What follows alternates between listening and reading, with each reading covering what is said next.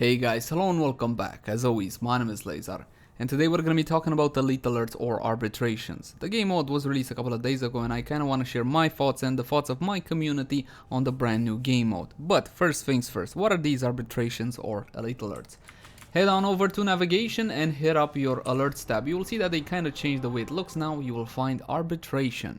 Now, in order for you to get access to arbitrations, you're gonna have to complete the entire star chart. And I'll be honest here, my initial reaction was like, what? But it does make somewhat sense, simply because these missions are a bit tough. So if you take your MR5 Excalibur in there, you're gonna be getting destroyed and probably have to face the wrath of your teammates. So I believe it's a way of locking out content to players that, well, theoretically at least should be able to take care of the higher level content. So how do you know if you completed the star chart or not, or how many missions do you have left? Go to your profile, show profile, hit the stats tab, and you will see here solar map progression 227 out of 227, and this is how you can know exactly how many missions you have left to do. Then after which, well, it's pretty simple. You go to the solar map and you go from planet to planet and see what kind of spots you have available. The ones which will be in blue will be the ones that you still need to complete. After you've done all of them, then you can access these elite alerts or arbitrations.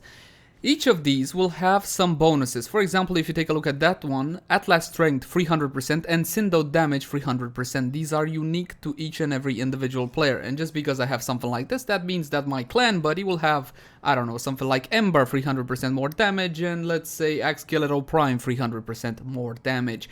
So not everybody gets the same bonuses, and unfortunately, your power strength is the only one that gets increased when it comes to Warframe, and there will be frames such as Loki, for example, that can't really make use of 300 power strength DE. So I would like to see this get changed up a little bit, maybe perhaps modular, when you get to choose exactly if you get power strength, if you get the duration, range, and all whatnot. Or even better, if you could possibly let us manage the amounts we get. For example, give me 300 period, and I could arrange it so that I get 100% power strength, 100% duration, and so on and so forth. As it stands now, those bonuses there can be an incentive to use a Warframe that you normally don't use, but just giving power strength and that's it, I don't feel is enough to make certain Warframes playable in the new game mode. When it comes to weapons, sure, 300% more damage is more than enough. And that's pretty much it. This is how you access these arbitrations, and you will find a brand new vendor in any relay that will sell specific rewards for this Vitus Essence. And Vitus Essence will be a specific resource that you get by doing arbitrations. And I'm going to show you exactly what he sells right now. There are just a couple of mods and some cosmetic upgrades as well. You want to hit up the Arbiters of Hexes, and as soon as you enter, there will be this guy on the left. You see this little drone thing? This will be the drone that will make enemies invulnerable during your missions. When you see this little drone, prioritize it over everything else, but I'll show you more in gameplay. As for the rewards themselves, there's not a lot of them, at least not for the time being. You get this little emblem thing that you see on my Warframe. It does have a bit of a glow effect. You have the Vitus Illumina, which you can get multiple of. This is a decoration for your ship. You saw it on my Orbiter there. And you get a little statue, this thing, a Scar Sigil that is similar to the other Elite Alerts Scar Sigil, and two mods as well as this for your operator. It doesn't show up on mine because of the scarf. As for these two, well, time will tell how useful they are. Power donation, minus 30% power strength and plus 30% power strength to squad mates, as well as cautious shot, minus 90% self damage and minus 15% total damage. Obviously for weapons that deal a whole lot of damage to you. I haven't gotten around to test them yet, but there will be some value, I hope, in these mods right here. And that's pretty much it for the rewards you will getting for Vitus Essence right here up top on the right hand side. I still have 11, and this is what you're gonna be getting. As for the rewards themselves from the arbitrations, what drops in the missions, let's have a look at those drop tables. First of all, you get 3 rotations A, B and C, and the way this will work, you're gonna get 1 rotation A, 1 B and then C until you extract. Now keep in mind that there are certain rules that apply to arbitration. For example, if you're gonna be doing a defense, you're not gonna be getting rewarded every 5 waves, but instead every 10 waves. If you're doing a survival, you're not gonna get a reward every 5 minutes, but instead every 10 minutes. If you're doing excavation, which again it is endless, you're gonna be getting a reward every 2 extractors, and you will have to defend an extractor for 3 minutes. So you see, you're not getting rewarded as often, but the rewards are quite large. For example, rotation A will grant you 1300 endo, 48% chance to drop, 50% chance to drop for 1600 endo in rotation B, and a 50% chance to drop of 2000 endo in rotation C. And you got a whole bunch of Ayatan sculptures as well. No Anasa, thankfully. You get the Air, the Sak, Valana, Piv, Vayana, and Orta only can drop in rotation C. After Anasa, this is the one that is worth the most endo. When of course you put in all the stars and everything. And you also are gonna be getting 4 mods. These are the same across all rotations, but the drop chance gets increased from 2% to 2.5 to 3.5. Adaptation, Rolling Guard, Sharpshooter, and Vigorous Swap. So far I have only tested Vigorous Swap. It seems to work really well on Mesa, but once again, time will tell. And that's pretty much it for the drop tables. The mods themselves, from my point of view, aren't really what's important here, simply because all of us are going to be getting these mods. They are tradable, you are going to be getting them from the trade chat, and they're currently worth about between 20 and 30 plat each. As time goes on and everybody gets these mods, they won't be worth more than 10 plat, because again, everybody will get them sooner or later.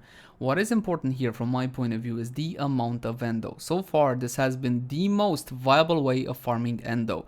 I stood in for about 90 minutes and I got well over 10,000 endo, considering the worth of the sculptures as well. Now I'm gonna be rolling some footage and continue on talking about my thoughts on the brand new game mode.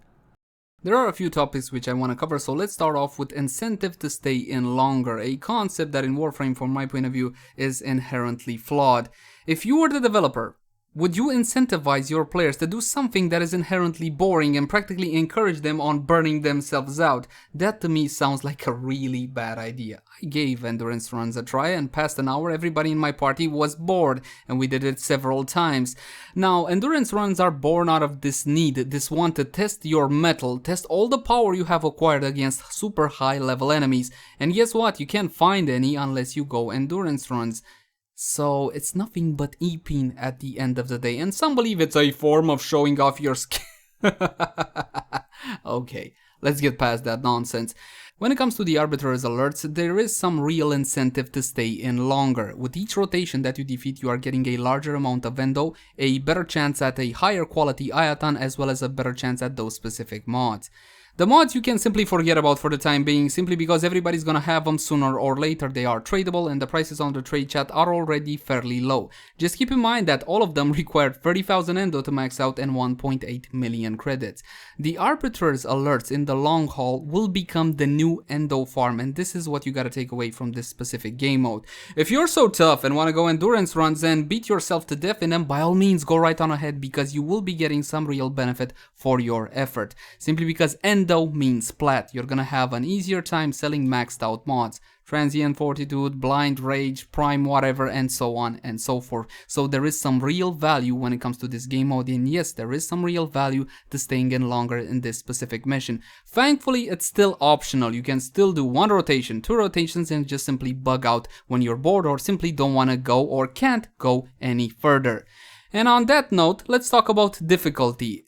Are these Arbiter missions harder than everything else? Yes. For one main reason. If you die, that's it. There is no res from your teammate, from your sentinel and all whatnot. If you die, that's it. You're gonna have to wait until everybody extracts. You can also leave the mission, but you will be losing whatever you pick off the ground. You can also talk to your teammates. Hey guys, is it okay if I stay in here until you just finish this and then we all extract?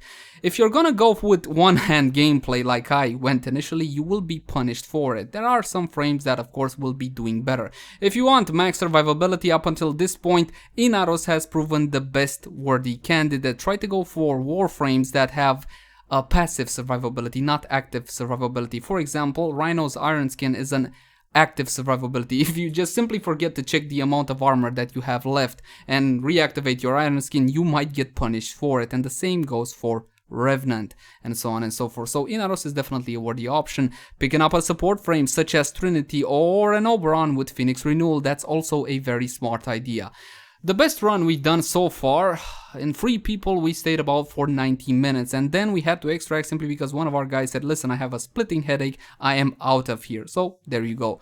That run was worth well over 12,000 Endo, so that is a pretty good chunk of Endo. So there's something here for everybody. Whether you just simply want a couple of thousand Endo or you want to farm the crap out of it simply to get a lot of Endo to max out your mods, this is the value of arbitrary missions. And that's pretty much it. I enjoy the game mode, I welcome it wholeheartedly. It was released in a much better state, a much better state than Elite Sanctuary Onslaught, and there is something here for everybody. Not to mention the fact that some interesting combinations will be born out of this specific game mode. You get 300% to Wukong. Think about it, who plays Wukong? Not that many people, but he does cater quite nicely to this specific game mode. I want to see those buffs a bit more modular, a bit more flexible, simply because, well, again, power strength to every single frame doesn't really work out all that well. But I also want to talk about what arbitrary missions are not. From my point of view, this is not a form of endgame by any stretch of the imagination. Nor do I think this was the point to the whole arbitrary missions. Again, I think it was catered simply for us to get a better Endo farm. What I would like to see, once again for the umpteenth time, I want to see a special reward out of these specific game modes. Let me have something cosmetic that is not tradable if I reach 100 waves or if I stay for a stupid amount of time. Let me have something that will allow me to show off that, hey, listen, I did this, yay me. If you really want to tickle my E-pin, then you're gonna have to give me something worthwhile, or you will have to keep on rotating the rewards you're gonna be giving us on a weekly, monthly basis, something like that. If you don't do that, then it's simply gonna remain an Endo farm, and you know what, that's good enough, but it can be better. That's all for now. As always, my name has been Leyzar. Thank you guys so much for watching. Like, favorite, share, and subscribe if you enjoyed the content. If you got any feedback for me, by all means, leave it in the comment section down below. Bye guys, see you next time.